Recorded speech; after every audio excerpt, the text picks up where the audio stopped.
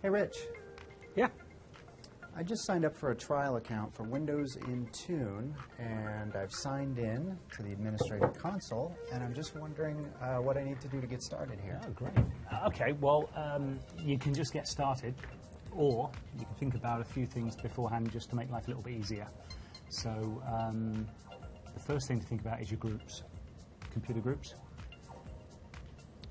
Okay, yeah, I see a computer groups workspace. That's right. So by default, you see you've got all computers and unassigned computers. Mm-hmm. Now, you use your groups to organize which computers get updates, which computers get software or policies. So thinking in advance about how you want to organize your computers can make your life a little bit easier. So are these like Active Directory groups? They're not. They're independent of Active Directory. So you put your computers into these groups when they're managed by Windows Intune, and they only affect Windows Intune settings. Oh, okay. So I can see a create computer group, and it just wants a name and a description. Right. So some examples you could use. You could have geographic organization. You could have departmentals, sales, marketing, dev team, however you want it organized. You could also have it by software requirements. So if you've got a bunch of computers that you're deploying Office to or something, create a group for those guys too. Like a Microsoft Office 2010 deployment group, for example. And I've got, let's see, how about West Coast computers, maybe something for the mobile sales force. Mobile sales computers for the remote guys? Yep, your road warriors. Yes. Mobile sales force.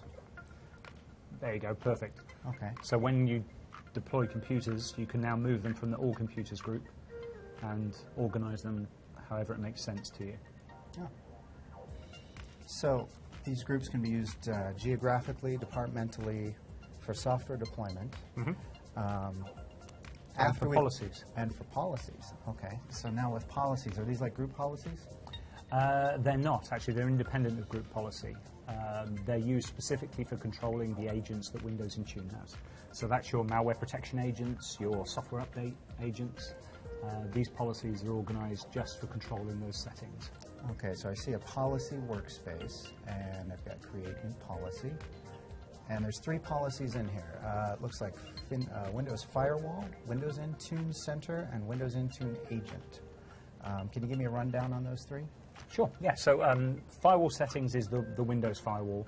It allows you to enforce a policy to make sure that there is a Windows firewall enabled. You can set up exceptions in there, so it allows you to control exactly what services are allowed to work through different firewall configurations. So if you wanted to turn on, let's say, your file and print services while you're on a domain joined firewall policy, you can control that all through these settings. And there's a big list there of different exceptions that you can turn on. Yeah, I see a lot of different options in here. And combined with the malware protection, we can secure the PCs with this a lot better. Make sure that they have their firewalls enabled. You basically set yourself a standard security policy for the firewall. So that's the firewall policy. Now, what's the Windows Intune Center policy? So when you install the agents on the client machine, this Windows Intune Center is set up on the machine as well. And that's basically the end user's interface. So in here, you can put some text information in there that makes it easier for those guys to contact you if they need some help.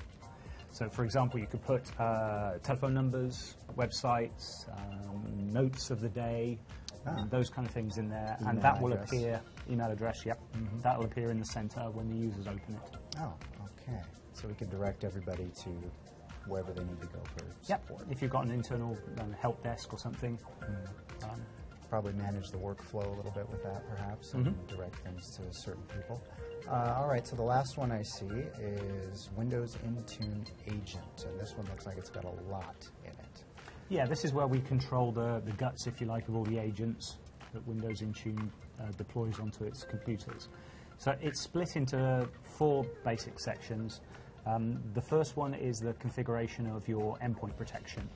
So endpoint protection creates the settings that control how the malware and antivirus settings are configured on the machine. You can determine when they do scans. how frequently, if there's any exceptions to files that you don't want it to scan, folders you don't want it to scan, those kind of things. Those are all configured in that section. Yeah, it looks very robust. I see a lot of options in here. Yep, well worth looking at exactly how to set this up. You've got a lot of control over the Intune endpoint protection. Now, are there certain ones I should definitely enable right away, or? Well, one of the key ones to look at is what you have right now in place and what you want to end up with. So it's enable endpoint protection setting.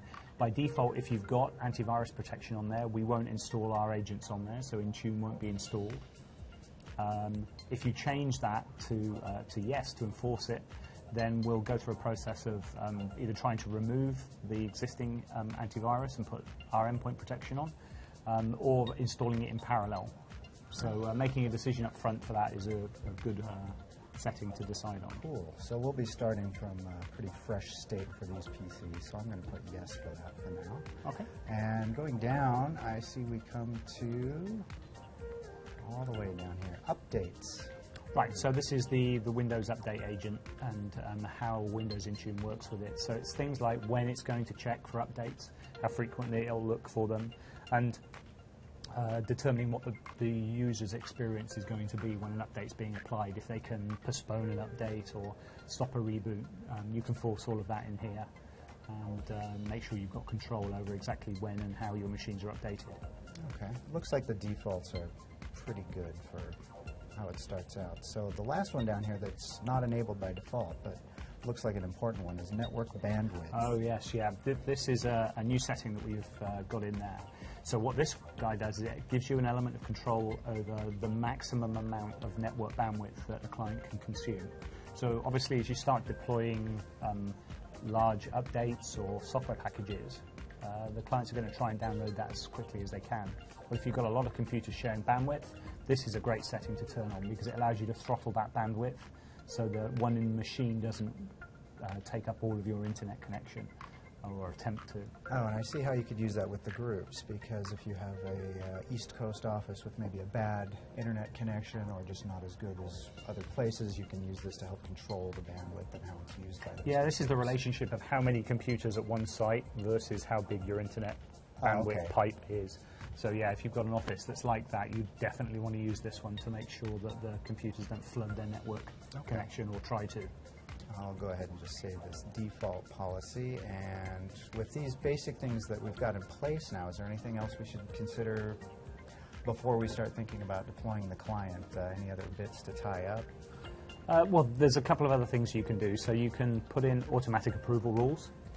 By default, we don't automatically approve any of the updates.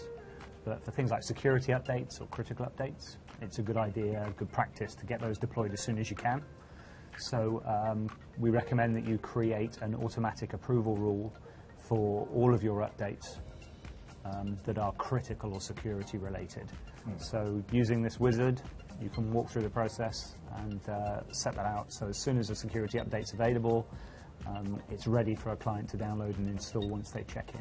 And these are basically all the updates somebody could get from Windows Update, right? Yes, yeah, anything from the Microsoft Windows Update service. Then you can do other things like set up notification rules, which is emails. If an alert comes in, you can subscribe to that and get an email, so you don't have to keep an eye on the environment. In case we get malware threats or remote assistance requests. Yes. Alerts. Yep. So I could add your email and have all the remote assistance requests go to you. Right. Absolutely. That would be great. Okay. All right, so I have a default automatic approval set up for now. Is there anything else that we should talk about before we hit client deployment? No, your trial is up and running. You'll get 30 days to deploy it on as many computers as you want. And then when you have had a chance to play with it, if you want to keep it, you can switch it over to the full subscription, and you're good to go. Okay, so at the trial, I get 30 days. I can manage 25 PCs, and I get 2 gigabytes of storage. Yep. What do I get if I decide I like it and I want to subscribe? An incredibly good management service through the cloud. So we'll upgrade you to 20 gigabytes of storage space for all of your software updates or software applications. so you can deploy those. You also obviously then can add as many clients as you pay for licenses. So it's per client Per- that you pay, that the subscription cost is? Absolutely, per machine, so Okay. you buy it per seat. You can also, at that point, then download the Windows 7 Enterprise Edition, which comes with the paid subscription. So you can upgrade your Windows Professional, Windows XP Pro, Windows Vista to Windows 7 Enterprise Edition. Oh, okay. So you can enroll clients with older operating systems, XP, Vista, and you can deploy Windows 7. Windows 7 Enterprise Edition, Windows yeah, you 7 can Enterprise. upgrade those using the license that comes with Windows Intune, yep. Okay. Well, I'll continue the trial and get some things in place, and then we can talk again about client deployment for Right. deploying Windows Intune Yep. to the PCs I want to manage. That's the next step. Okay. Thanks.